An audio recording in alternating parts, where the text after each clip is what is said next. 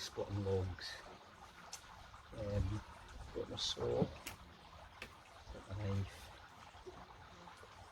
got a little bit of wood, a little wedge here. I've got something to bear down on, I've got something to hit with, and I've got 1, 2 logs. So, again,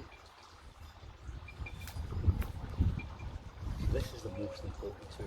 We don't want to lose the sharpness on this edge. If we lose the sharpness on this edge, then it can cause us problems later.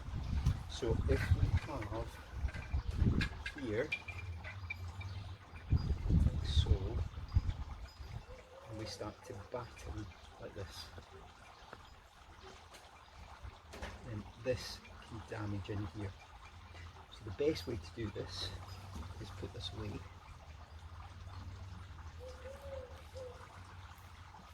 Get our saw.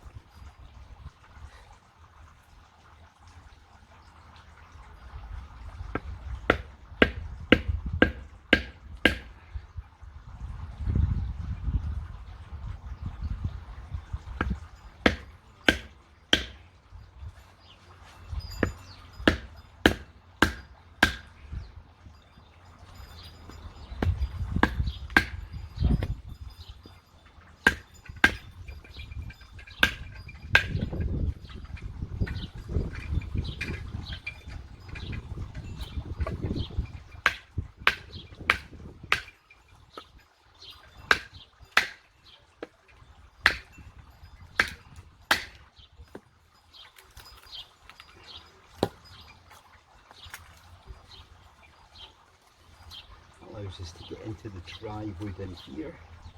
We can also split it here again, put the wedge back in, one piece at a time, put the wedge here, split it, and this will give us enough wood for kindling, like so.